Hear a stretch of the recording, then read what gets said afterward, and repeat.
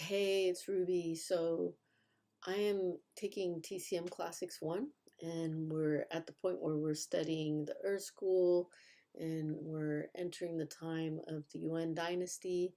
And because I'd studied the Yuan Dynasty medicine before and did a presentation on it for my history of Chinese medicine class, I thought I'd add some of the things that I'd learned there into this to kind of enrich the picture that we're looking at when it comes to the development of the schools brought to us by the four masters of the Jin Yuan dynasties and their contribution into Chinese medicine. So here, the first thing we've got is the Yuan dynasty is the first dynasty in what's kind of considered modern China. Um, where the Chinese are not ruled by the Chinese. They're going to be ruled by the Mongols. And you could see just the size of the empire. In yellow is China, of course. And then you see that it stretches all across to modern day Turkey and the Arab Peninsula.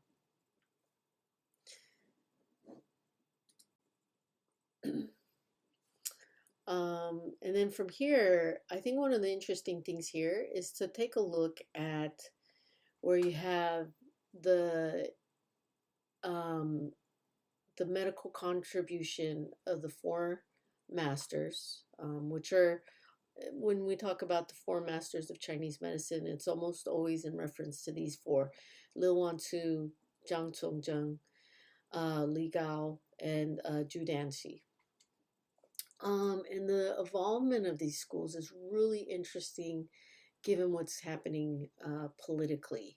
So Lil Wantu, his his doctrine is called the cooling school, and a big thing with him was that all pathogens eventually turn into heat. So that's why cooling was so important. Um, yeah, and cooling has the action of usually being draining and sedating, and this is different. This is a switch. This is a pivot because prior to this, the there was a lot of favoring of using tonics and warming herbs, not cooling ones. So this is a big shift in Chinese medicine. And then you have Zhang Zheng, who we just studied last um, last class section, the Gongxie Shui Pai, the attacking school, the attack pathogen school, where he talks about sweating it out, vomiting it out, pooping it out, and then even bloodletting, just to get the pathogen out, and how that's really important.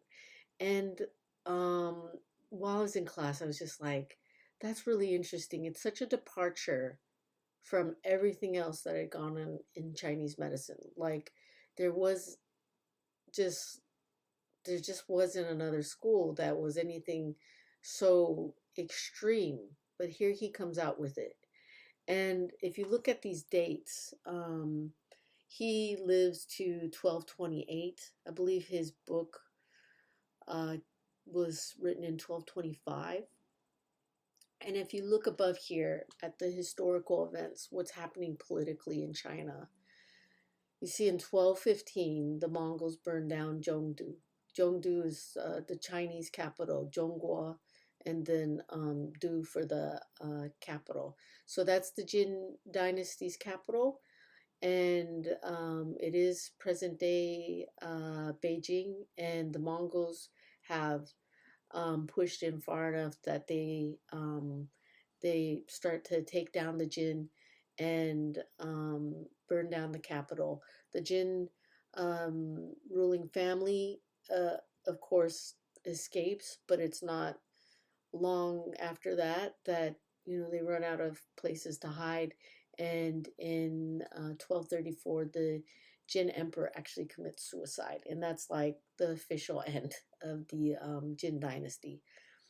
Um, at this time, Kublai Khan, who's the grandson of Genghis Khan, he has his rivals within his own family, his cousins and things like that. They're all being given little pieces of the Mongol Empire to rule.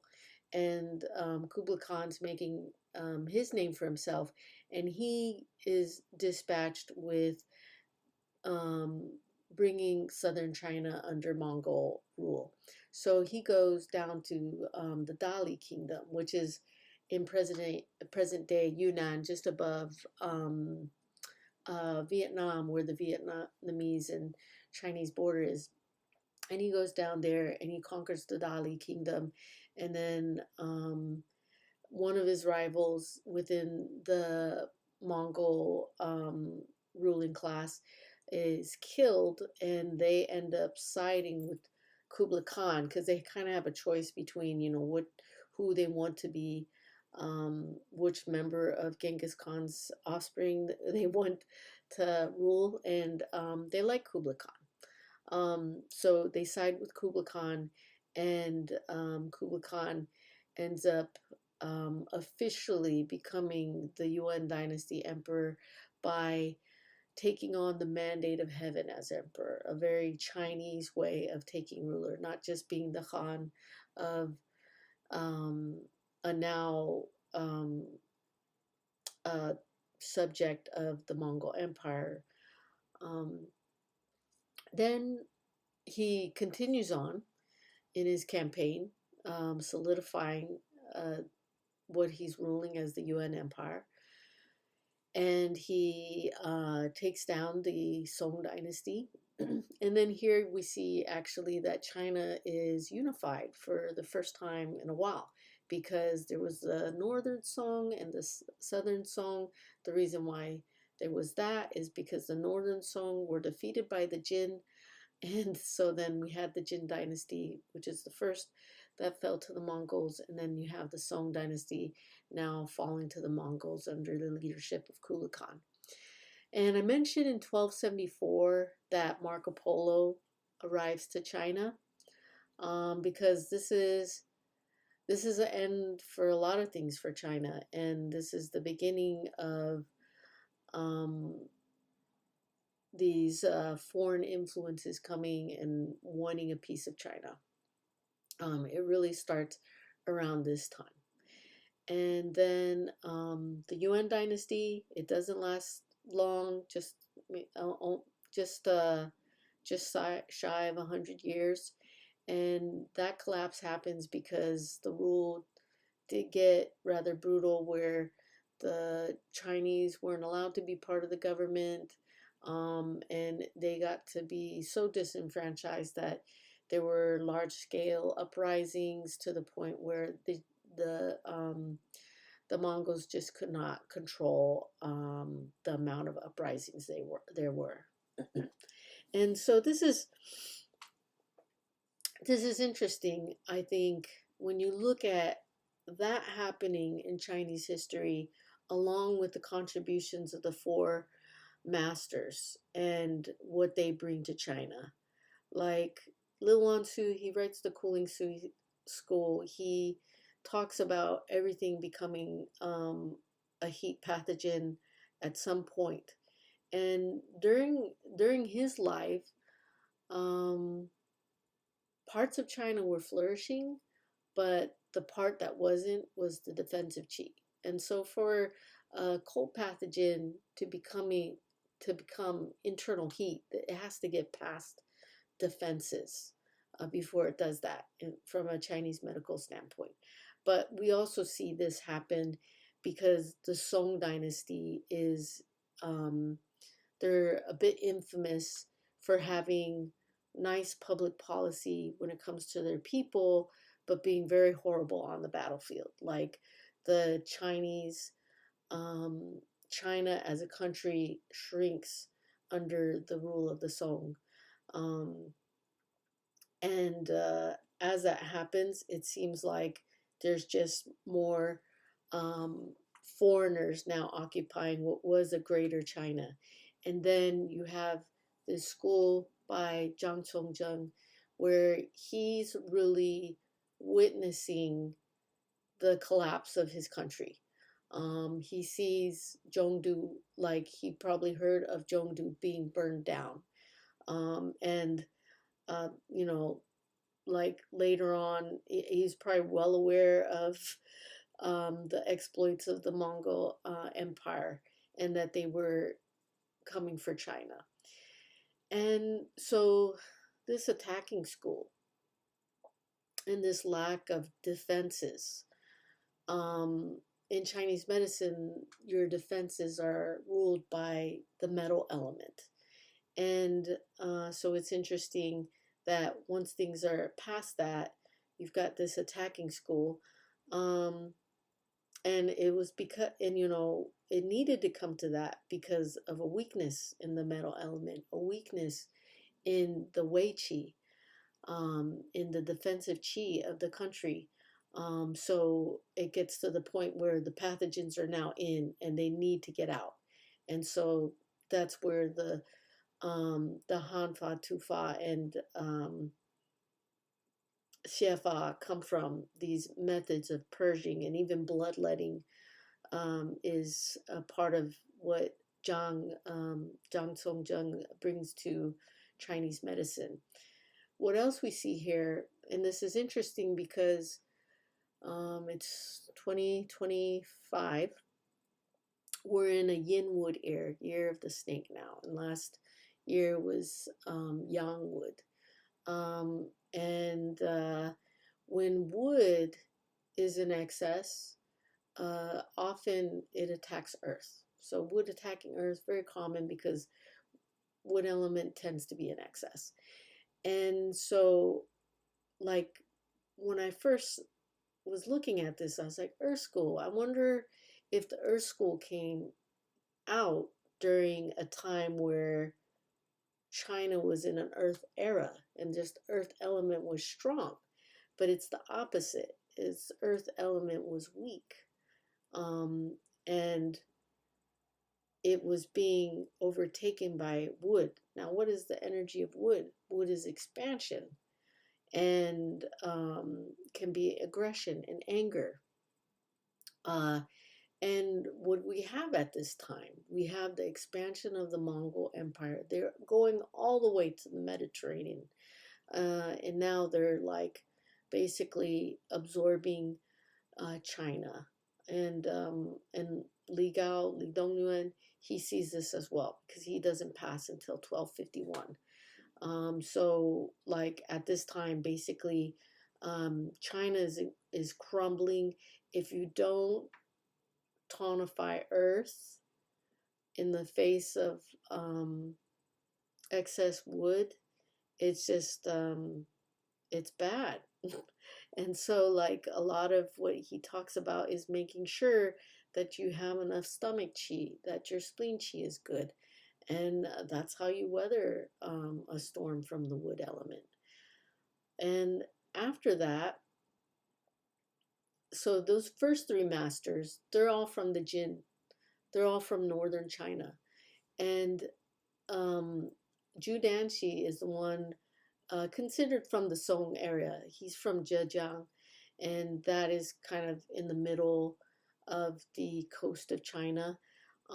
He's not born until 1282, so Kublai Khan has already made himself the heavenly emperor of China at this time. So this is the world that Zhu Danxi is born into. And he is famous for saying yang is always in excess and yin is always deficient. And also known during that time is Neo-Confucianism. Neo-Confucianism basically means Confucius thinking mixed with Buddhist thinking. And the interesting thing about that is that Buddhism doesn't come from China. Buddhism comes from India. And so you see that these two things are coming into mix. And we'll see how this is a theme of what's going on in China because you have the Mongols mixing with Chinese culture at the same time. Now, also during Zhu Danxi, he's known, like one of the nicknames given to him is the great synthesizer. And this is because he takes the work of those three Jin Jin Dynasty masters, and he synthesizes that, and really he's synthesizing medicine theory that came out of the Neijing. Like for sure, like what the four masters were presenting was different and not explicitly said. In they were expansions of what was said in the Neijing, but they weren't really departures. Um, they kind of get criticized for that later by commentators, but they really were just like fleshing out how the the theories of the Neijing apply. Um, and so another theme that we see during Yuan Dynasty medicine is that you see less innovation, because I would say that the cooling school, attacking school, and earth school, those are innovations. And even yin nourishing is a bit an innovation, because before everything was like tonify, renshan. Um, and you see like that there's less innovation happening, and then just a big uptake in synthesis and consolidation. So in a way, yin does end up being acknowledged here, like that consolidation starts to happen during the Yuan dynasty, I guess, where, ultimate yang is turning into yin. And then I wanted to also mention Huasho, because he writes a book called The Meaning of the Classic of Difficulties. And his book is important as a synthesizer, but also important in that there most of what we know of the classics written around the time of the Neijing are from commentaries. Like, for example, they never found a book called the Shenong Bensao. They took where the Shenong Bensao Jing was quoted in later classics, and they pieced together what the Shenong Bensao Jing must have been.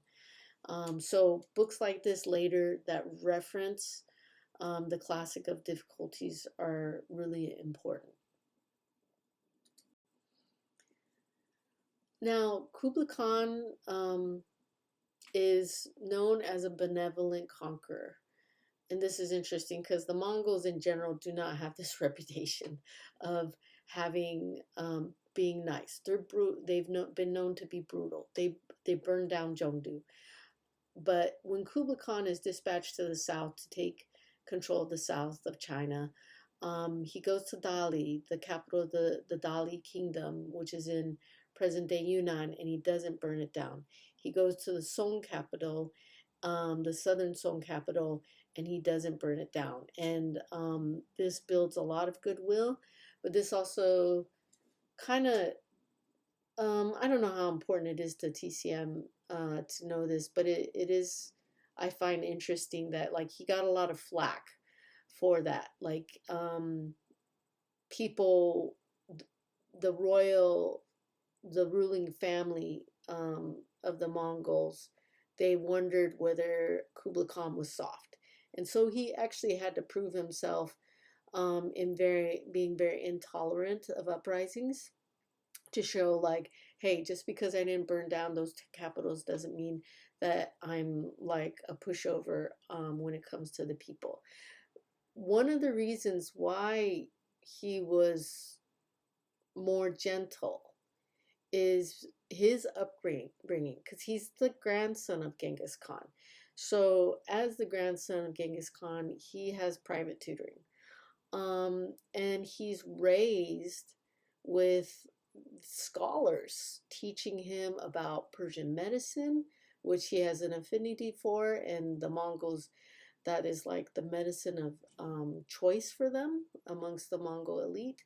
And then he's like an avid follower of Confucianism, and he also adopts the morality of Tibetan Buddhism. So this is kind of also why we see Neo-Confucianism enter China or have an increase during this time.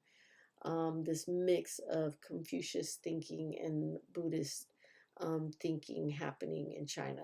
And really, what we see is just a lot of out um, outside influence in China. I mean, they're not even being ruled by their own people anymore. They're being ruled by the Mongols.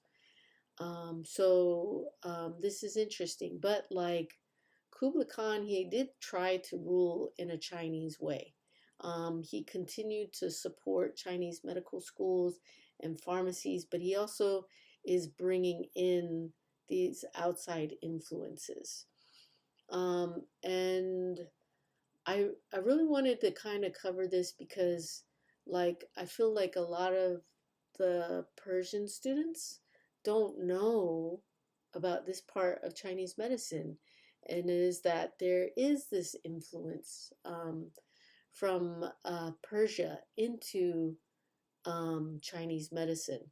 Now, we know from the 10th century, there are the first mentions of Arab and Persian medicine in the Materia Medica. And when Kublai Khan takes over, that's the preferred medicine of the Mongols. So he actually establishes two large Muslim pharmacies.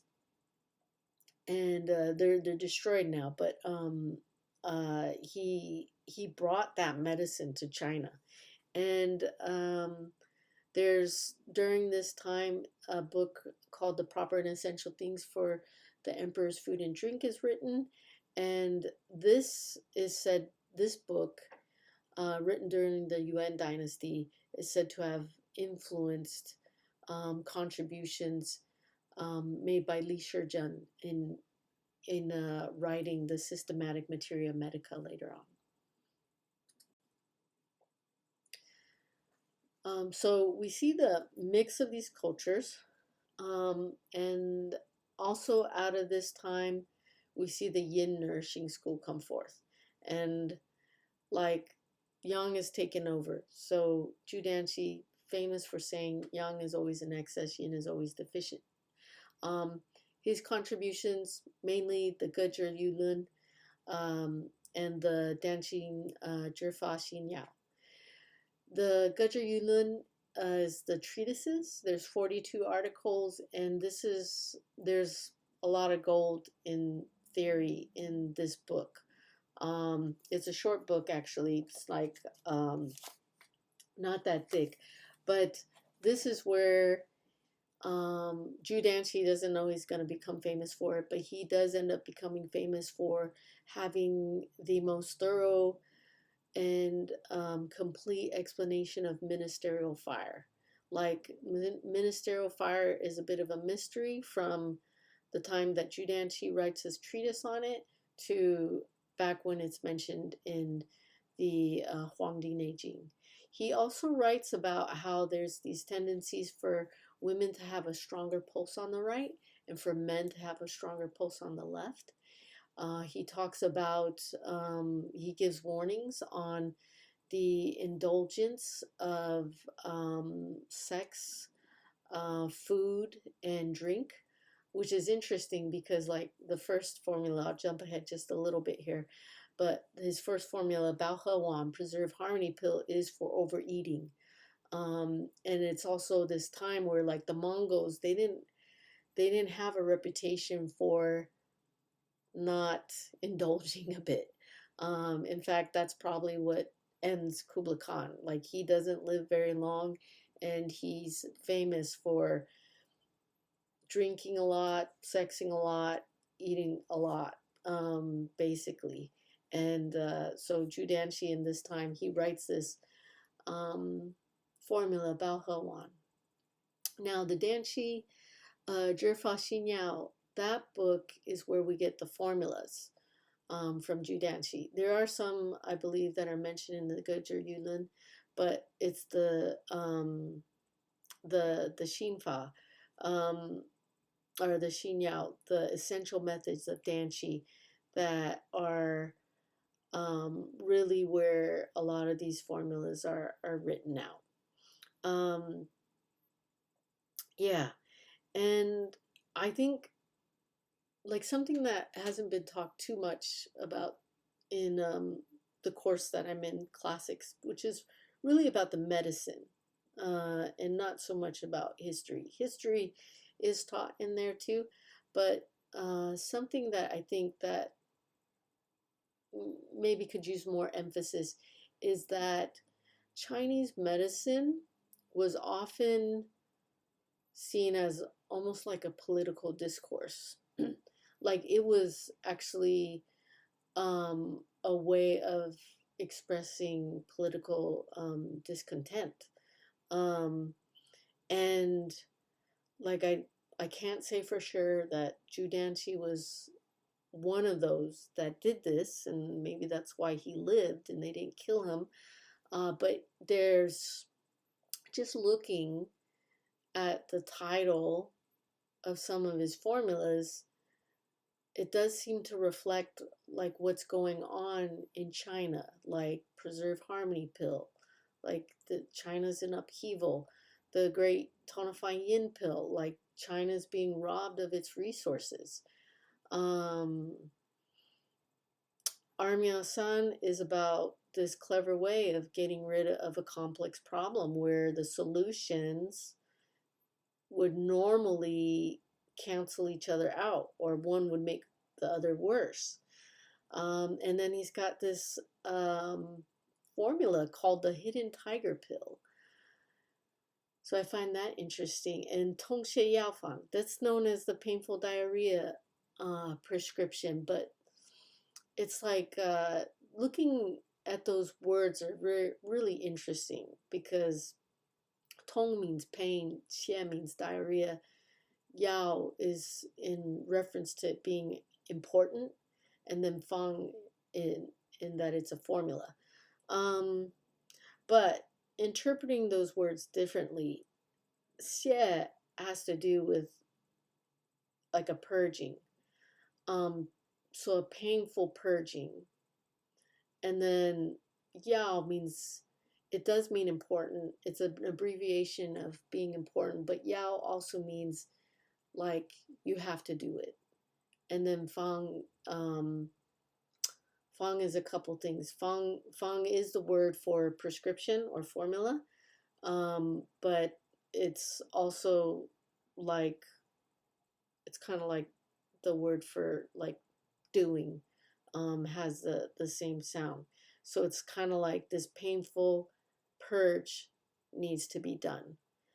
Um, I might be just totally on a stretch there, but I think it's interesting. Yu Ping Feng San. This is like what got him into this whole problem in the first place is a deficiency of the Wei Qi. The Wei Qi wasn't strong enough. They were focused on, you know, like beautiful things, but they like China didn't have enough emphasis on having a strong military, and it gets them into Wei Qi deficiency, and now they're ruled. Basically, they're ruled by um, an occupier. And what are the what are the indications for Yu Ping Feng San? It's like chronic wind cold attack. You're just constantly a little sniffly and sick. Basically, it's like you always have a pathogen because your Wei Qi was deficient. So you're basically carrying a pathogen. The pathogen is present in the body for when Yu Ping Feng San is indicated. And then look at this title, Yue Yuan, Escape Constraint. Like they're under occupation. And he writes this formula called escape constraint. I just think it's so interesting. And then Zuo Jinwan becomes his other famous um, formula. And this is what we talked about the deficiency of the metal element of the protection.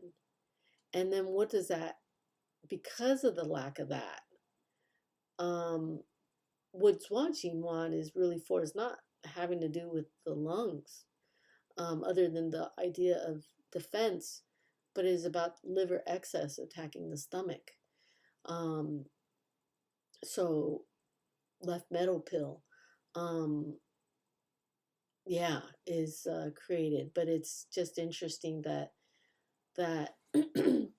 um, that the formula names that Judanshi has here, you can almost see like a political statement being made, or definitely a reflection of what's happening in the macrocosm.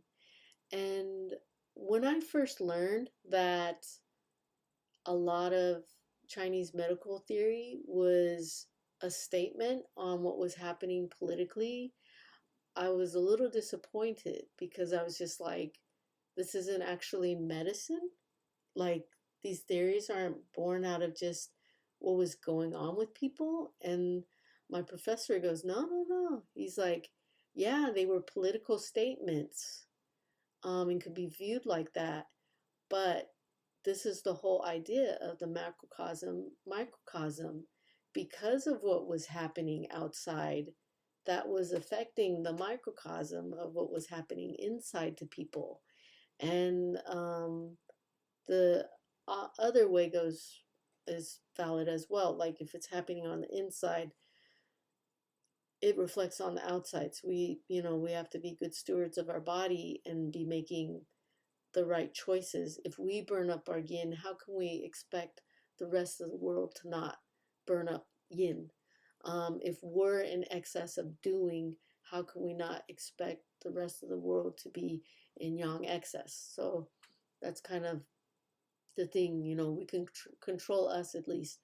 Um, but yeah, like Chinese medical theory often uh, had a relation to politics going on. So Bao Wan named preserve harmony when there's like an absence of that. um, and uh, and China's led by this is like this is the formula for Kublai Khan, basically. And we've already talked a little bit about these other ones, but you can see that a lot of these formulas are tested in the Kale and NCCAOM, and it kind of speaks to just the importance of Judanshi's contribution to Chinese medicine. Like so many of his formulas, as a single author, made it in. I mean, Zhang Zhongjing, he's celebrated, so of course we understand that we have to study many of his formulas, like it's still like the foundation of Chinese medicine. But for someone to come so much later and be an expansion of the Neijing and Changhan Lun, like Judanshi was quite accomplished, as was the other um, genuine Dynasty Four Masters. Then we have like Armiao San, Gu Jingwan is also a Kale and NCCAOM formula. And here you have the hidden tiger pill. Um, it's interesting that like look at the diagnosis of the hidden tiger pill: atrophy disorder due to liver and kidney deficiency. Like that's what's happened to China. It's completely atrophied to the point where they're not even in charge anymore. And then Tongxie Yaofang is an NCCAOM formula. Yuping Fengshan is that, and also on the Kale. And then finally, we close out here with Yue Juan and Zhuo Jinwan.